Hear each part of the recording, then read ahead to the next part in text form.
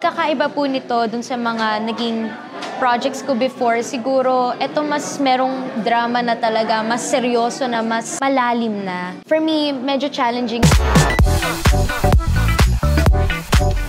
Hello mga kapuso! Ako po si Zephanie and I'll be playing the role of Zeph Molina.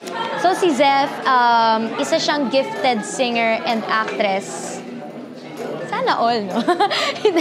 Pero marami siyang gustong ipaglaban at i-prove sa mga tao sa paligid niya, lalong-lalo na sa nanay niya.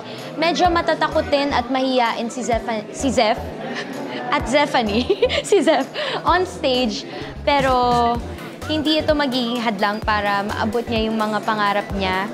At syempre, katulad nga nun, hindi siya mag-isa sa pag-abot na pangarap niya dahil marami siyang makakasamang mga kabataang katulad din niya at isang guro na muling bubuhay sa sining sa bayan ng MacArthur. Kita po sa akin na magiging parte po ako ng MACA na pinakabagong show ng GMA Public Affairs. Talagang sobra-sobra po akong masaya kasi syempre yung mga teen-oriented shows, I think yun yung mga shows na inaabangan ko simula nung bata ako. Parang iba lang kapag nakaka-relate ka. And iba lang din kapag nakikita mo kung paano nabubuhay yung mga characters na very true to life din po. And siguro yung character ko dito is very similar pa rin sa kung sino ako, hindi sumusuko at maraming pinaglalaban sa buhay. Excited po akong makasama yung mga cast, syempre yung mga co-stars ko dito, na mga kaibigan ko din outside ng show na to. And ang pagkakaiba po nito dun sa mga naging projects ko before, siguro ito mas merong drama na talaga, mas seryoso na, mas malalim na. For me, medyo challenging po yan kasi first time ko magda-drama. But I know that it will be growth for me and siguro sa acting to po.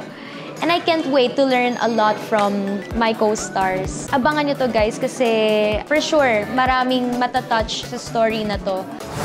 Ang dapat pong abangan ng ating mga kapuso at lahat ng manonood sa MACA ay ang pangarap at pagmamahal sa sining nasa puso natin. Musika man yan, pagsayaw, pag-arte, pagsusulat, o kung anumang type ng art.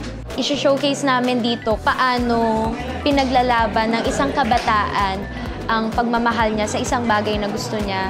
At syempre, yung hindi pagsuko sa buhay at sa iyong mga pangarap. Mga kapuso, abangan niyo po ang MACA soon on GMA.